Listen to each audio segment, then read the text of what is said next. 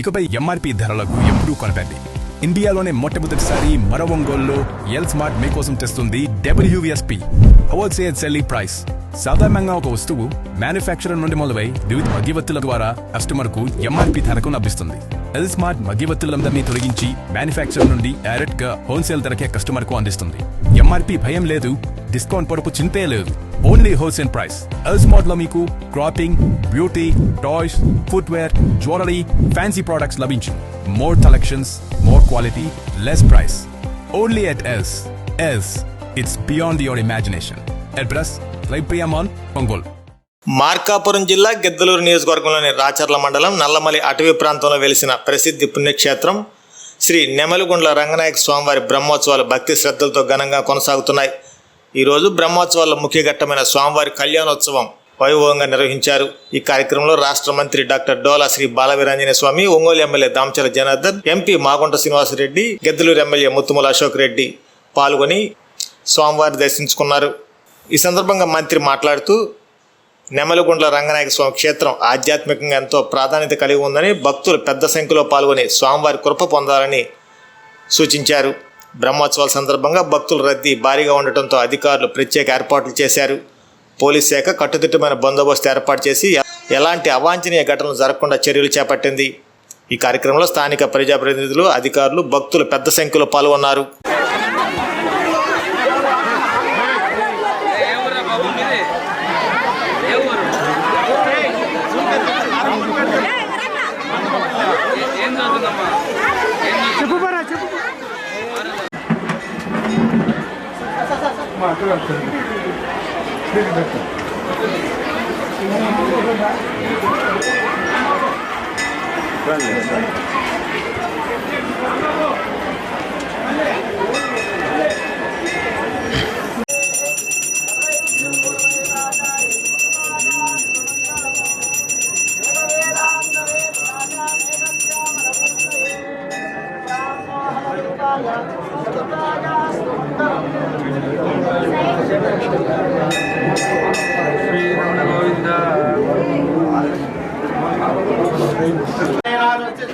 పరాభవనామ సంవత్సరే ఉత్తరాయణే వసంతరతో కృష్ణపక్షే విధిమ్యాం వాసరవాసరస్తు భృగువాసర సమనక్షత్ర శుభయోగ శుభకరణ హేవంతన విశేషణ విశిష్టాయాం శుభదిత గోత్రోద్భవస్య రేచర్ల గోత్రోద్భవస్య శ్రీ బాలవీరాంజనేయ స్వామి నామధేయస్య తద్ధర్మపత్ని సమేతస్య రాజేశ్వరీ నామనయం పుత్రపుత్రకస్య శ్రీరంగనాథ కోటి. ఈ రోజు ఇక్కడికి వారు మొదటిసారిగా వచ్చినా కూడా వారి ఇలవైపు కానీ వారి అబ్బాయి పేరు కానీ రంగనాథుడు, ఆ దేవుడి మీద ఆయన ప్రత్యేకమైనటువంటి దీనితో ఈ రోజు ఎన్ని పనులున్నా నేను కళ్యాణోత్సవంలో పాల్గొంటానని చెప్పి వారు వచ్చి పాల్గొన్నందుకు మన యొక్క రంగనాయక స్వామి భక్తుల తరపున వారికి కృతజ్ఞతలు తెలియజేస్తూ ఇప్పుడు మంత్రివర్యులను మాట్లాడవలసిందిగా కోరుతా ఉన్నాను. అందరికీ కూడా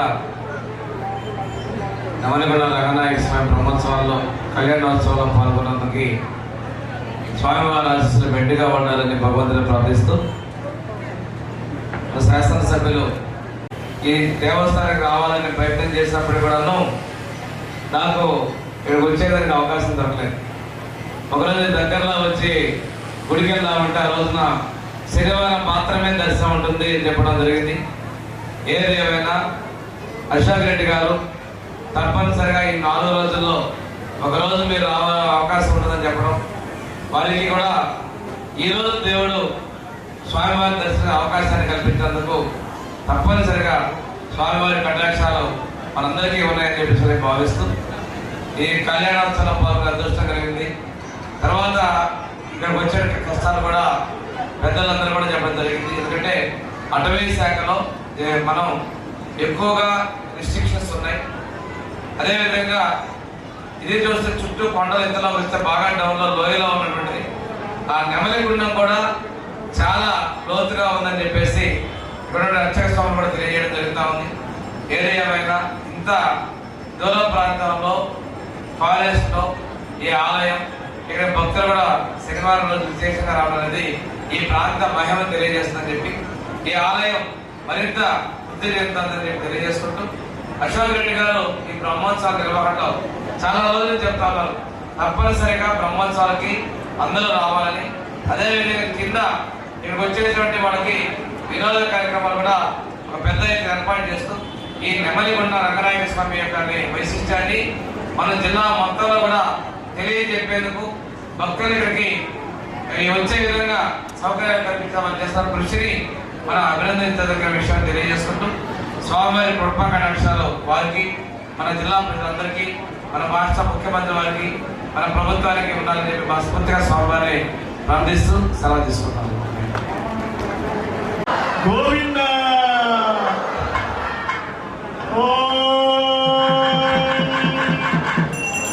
మాంగళ్యం దందురానేన లోకరక్షణ హేతునా కంఠే వత్తాని సుభగే సాధీవ వరదాంగం మాంగళ్యం దందురానేన లోకరక్షణ హేతునా కంఠే వత్తాని సుభగే సాధీవ వరదాంగం మాంగళ్యధారణముహూర్తస్తు ముహూర్తో అస్తు.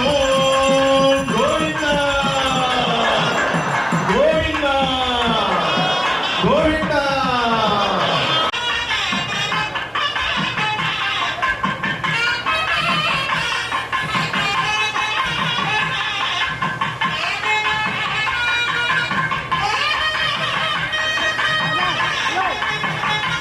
కలిగించుకోవాలనేటువంటి ప్రయత్నం కూడా అటువంటిది. నారదుల వారు ప్రత్యక్షమై ఏం చేస్తున్నావే అనిపించుకొని అడిగారు. ఈ సముద్రం నా పిల్లల్ని తీసుకెళ్ళిపోయింది, దీని అడుగున నా పిల్లలు ఉన్నారు కాబట్టి జాగ్రత్తగా నా పిల్లల్ని నేను తెచ్చుకుంటాను, అందుకని ఈ నీళ్ళని ఇక్కడ పక్కన తోడుకున్న ప్రయత్నం మానుకొని ఉపదేశం చేసి పంపించేశాడు.